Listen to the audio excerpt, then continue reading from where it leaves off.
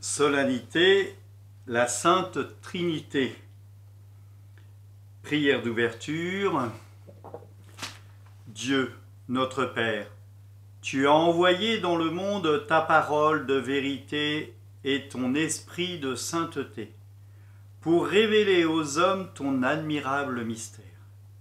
Donne-nous de professer la vraie foi en reconnaissant la gloire de l'éternelle Trinité, en adorant son unité toute puissante. Par Jésus le Christ, notre Seigneur. Amen.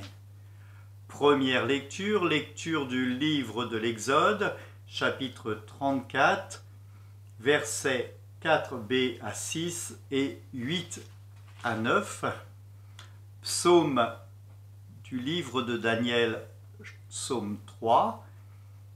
À toi louange, gloire éternellement. Deuxième lecture, lecture de la deuxième lettre de Saint Paul, apôtre aux Corinthiens, chapitre 13, versets 11 à 13, que je vais vous lire. Frères, soyez dans la joie, cherchez la perfection, encouragez-vous, soyez d'accord entre vous, vivez en paix, et le Dieu d'amour et de paix sera avec vous. Saluez-vous les uns les autres par un baiser de paix. Tous les fidèles vous saluent. Que la grâce du Seigneur Jésus-Christ, l'amour de Dieu et la communion du Saint-Esprit soient toujours avec vous. Parole du Seigneur, l'antienne pour l'Évangile. Gloire au Père et au Fils et au Saint-Esprit, au Dieu qui est, qui était et qui vient. L'Évangile de Jésus-Christ selon saint Jean, verset 3, chapitre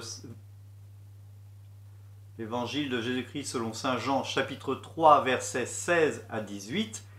Dieu a tellement aimé le monde qu'il a donné son Fils unique, afin que quiconque croit en lui ne se perde pas, mais obtienne la vie éternelle.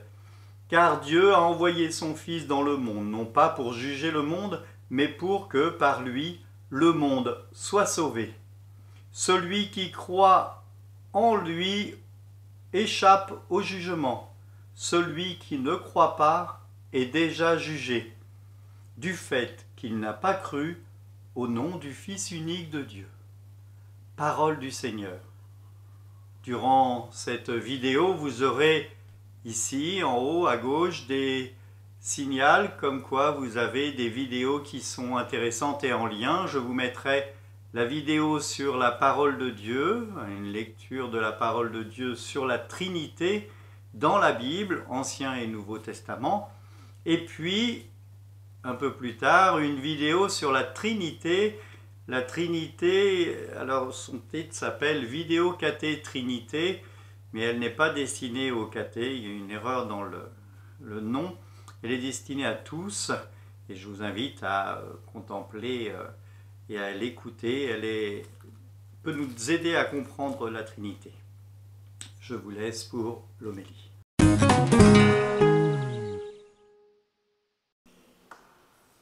Ces lectures qui nous sont offertes pour la fête de la Sainte Trinité, eh bien, nous conduisent tout doucement à cette Trinité. Parce que, bien sûr, dans la Bible, le mot Trinité n'y est pas. Je dis bien sûr, comme si c'était une évidence, mais ce ne l'est pas.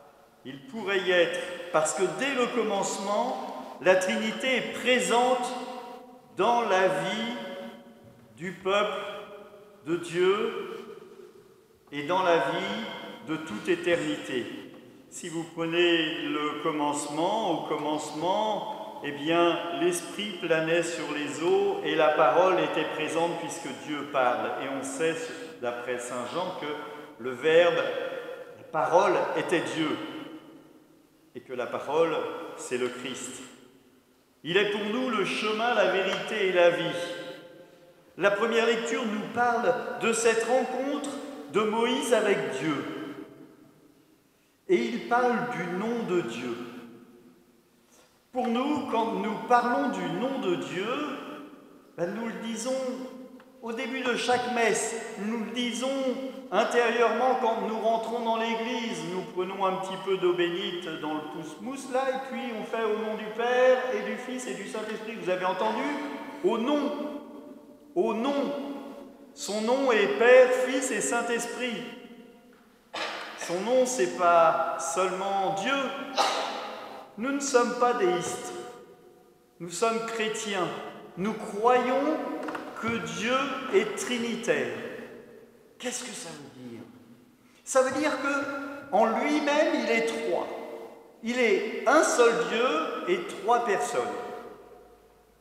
J'ai fait une vidéo il y a quelque temps où je disais, Dieu c'est comme un œuf. Il y a la coquille, le blanc et le jaune. C'est pas mélangé parce que sinon on mangerait que des omelettes. Et en plus, si c'était mélangé, on mangerait que des omelettes avec des bouts de coquille dedans, ce serait pas très agréable. C'est bien séparé. Un seul Dieu, trois personnes. Et souvent, d'autres religions disent que vous, les chrétiens, vous avez trois dieux. Eh bien non. Non. Nous n'avons qu'un seul Dieu en trois personnes. Chacun a, entre guillemets, une mission particulière. Le Dieu Père est créateur. Le Dieu Fils, c'est la parole, celui qui est venu, le Christ, qui est venu sur terre, qui a offert sa vie par amour pour nous. Et l'Esprit Saint qui, après la Pentecôte, continue de diffuser l'amour du Seigneur. Dieu en trois personnes, nous sommes réunis au nom du Père, du Fils et du Saint-Esprit. C'est le nom que espérait Moïse, est un nom intraduisible dans la Bible, le tétragramme, pour nous, il est traduit en Père, Fils et Saint-Esprit. Saint Paul, dans sa deuxième épître aux Corinthiens et la deuxième lecture de ce jour, nous invite à être dans la joie, à nous encourager les uns les autres et à être d'accord les uns avec les autres, de partager un sentiment d'amour et de paix. Il n'y a pas de raison qui nous invite à ça, même encore aujourd'hui. Nous sommes toujours dans la joie, nous sommes toujours d'accord les uns avec les autres, et nous nous soutenons tous les uns avec les autres. Enfin, c'est ce qu'on devrait faire. Alors, je vous laisse avec cette interrogation. Est-ce que c'est vraiment comme cela que l'on vit comme chrétien? Est-ce que nous sommes des chrétiens dans la joie? Est-ce que nous partageons la joie et l'amour du Seigneur? Cette joie, elle nous est offerte par ce Dieu trinitaire. L'amour de Dieu. Est-ce que je garde cet amour pour moi ou est-ce que je l'offre aux autres sans compter, gratuitement? Si Paul invite les chrétiens de Corinthe à être dans la joie et que s'il insiste aussi fort, c'est que ça ne devait pas être une évidence. On a un philosophe qui a dit « Le jour où les chrétiens n'auront pas des phases de carême, je croirai bien en leur Dieu. » En gros, quand les chrétiens arrêteront de faire la gueule, je serai heureux avec eux. Alors c'est vrai qu'avec les masques qu'on a en ce moment, c'est pas très simple de voir notre sourire. Mais même avec le masque, il faut qu'on essaye de faire voir qu'on est heureux. Enfin, si on l'est.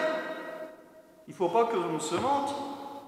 Mais quelle joie de savoir que le Christ est venu me sauver et que je suis rempli de l'Esprit Saint et que je n'ai plus qu'à me laisser porter par l'Esprit pour entrer dans cette conversation trinitaire. Un de mes professeurs, lorsque j'étais au Bernardin, disait « Avant le baptême, je suis ici, je suis un petit A. Après le baptême, je suis un A', mais je pourrais être au même niveau, mais comme j'ai reçu l'Esprit Saint, je suis élevé dans la divinité trinitaire. Dieu n'avait pas besoin de nous pour rentrer en conversation, puisque Dieu n'est pas seul, il est trinitaire. Donc il est déjà en conversation, contrairement aux dieux grecs qui ont besoin des hommes pour les vénérer. Notre Dieu à nous, il n'a pas besoin de nous. Si nous sommes là, c'est parce qu'il nous aime et qu'il veut notre bien. Alors, eh bien, il faut rendre grâce pour l'amour qu'il nous donne. Dieu a tellement aimé le monde qu'il a donné son Fils unique, afin que quiconque croit en lui ne se perde pas. Ça veut dire que pour ne pas être perdu, il faut faire des efforts surnaturels. Non, non, celui qui croit ça s'est trompé. C'est écrit, Dieu a tellement aimé le monde qu'il a donné son Fils unique, afin que quiconque croit en lui soit sauvé.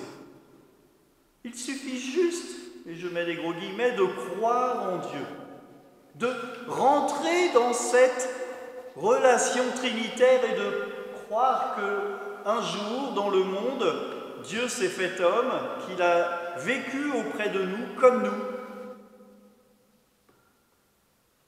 et qu'il a offert sa vie pour nous sauver. Donc c'est une grande joie, c'est une joie merveilleuse. Aujourd'hui, nous sommes réunis pour recevoir l'Eucharistie.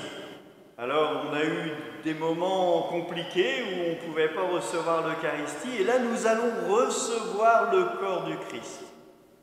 Celui qui s'est donné en montant sur la croix se donne à chaque Eucharistie dans le pain et le vin. Il s'offre par amour. C'est une joie incommensurable. Il s'offre gratuitement. Nous n'avons, entre guillemets, juste qu'à croire. Alors, pour les enfants du caté, il y a tout un parcours, on les fait cheminer, on les fait entrer dans cette dynamique pour qu'ils puissent se rendre compte que cela est beau, mais on pourrait communier juste le jour où on dirait « Mon Père, je crois que c'est vraiment Dieu qui est dans le pain et le vin. » D'ailleurs, ça fait partie des questions que je pose aux enfants, et c'est seulement sur cela que je dis « voilà, il est rempli d'amour et il a à peu près compris, à peu près, hein, parce que celui qui dit qu'il a tout compris, qu'il vienne m'expliquer, parce que moi, je n'ai pas tout compris. En tout cas, moi, je suis sûr qu'il est là. Et je crois qu'au moment de la consécration, Dieu est présent dans le pain et le vin. Cette fête de la Trinité est une fête joyeuse. Nous aurions dû fêter cette messe avec ceux qui auraient dû faire leur profession de foi hier. Et la semaine prochaine, nous aurions dû fêter avec ceux qui auraient fait leur première communion. Donc je vous invite, mes frères, à prier pour ces jeunes, afin qu'ils puissent renforcer leur foi pour continuer, parce que comment est-ce qu'ils vont sentir, et puis qu'ils puissent se sentir accueillis quand ils viennent à l'église. On a souvent des remarques des jeunes qui disent « Oui, moi quand je viens à l'église, je suis là-bas, je m'ennuie, je comprends rien, et puis en plus, une fois j'ai demandé à animer un chant, on m'a envoyé sur les roses. » Et du coup, je me dis que Saint Paul, il a peut-être raison, soyez dans la joie, encouragez-vous, soyez d'accord, de Dieu d'amour et de paix, saluez-vous les uns les autres. Et on vient à la messe, on prend sa place. Alors là, c'est pas simple d'aller vers les autres pour se dire bonjour, mais une fois que les barrières de la distanciation seront passées, est-ce qu'on aura le courage d'aller voir les uns et les autres? d'aller voir celui qu'on n'a jamais vu d'habitude et qui est là. Parce que nous sommes l'Église trinitaire, nous en faisons partie. Et si Dieu a bien voulu nous accueillir, nous, pourquoi est-ce que nous rejeterions quelqu'un? Alors ça n'arrive pas ici à Pierrelaye, ça arrive dans d'autres églises, mais pas ici. Il nous faut, mes frères, ouvrir notre cœur. Il nous faut rentrer dans la dynamique de Dieu. Il nous faut rendre grâce au Seigneur parce qu'il est bon. Soyons dans la joie. Offrons cette joie à temps et à contre-temps à tous ceux que nous rencontrons. Soyons des hommes fiers de voir le Christ présent avec nous, des hommes et des femmes d'ailleurs. Que le Christ et que le Dieu Tout-Puissant, Père, Fils et Saint-Esprit, nous bénissent tous, qu'il nous offre tout son amour et que cet amour nous transporte dans la joie. Alléluia. Amen. Que le Seigneur vous accompagne dans ce temps d'après Pentecôte. Ici à Pierrelaye, nous avons continué de garder le cierge pascal, symbole de ce temps de Pâques que nous n'avons pas pu vivre en communauté. Il nous faut maintenant aussi réfléchir sur quels fruits ce confinement nous a fait vivre et qu'est-ce que nous pouvons en tirer pour pouvoir y garder le bien et continuer de vivre en gardant le bien devant nous et en peut-être éliminant certaines mauvaises attitudes ou habitudes que nous avions prises. Prenez soin de vous, à la semaine prochaine, que Dieu vous bénisse. Eh bien, je vous invite à vous abonner, vous avez le cercle là avec la petite croix, vous cliquez dessus et vous cliquez sur abonner. Il y aura 2 vidéos qui vont vous être proposées. Et puis, je suis en préparation pour une vidéo Bible sur les 12 apôtres. Sont-ils 12 ou 14? Ce sera notre question et le sujet de la prochaine vidéo Bible, les 12 apôtres ou les 14 apôtres. Donc pour cette nouvelle vidéo qui va arriver, si vous cliquez sur la petite cloche, vous aurez une notification et vous serez au courant de la venue de cette vidéo qui devrait arriver dans le courant de la semaine prochaine. Bonne journée.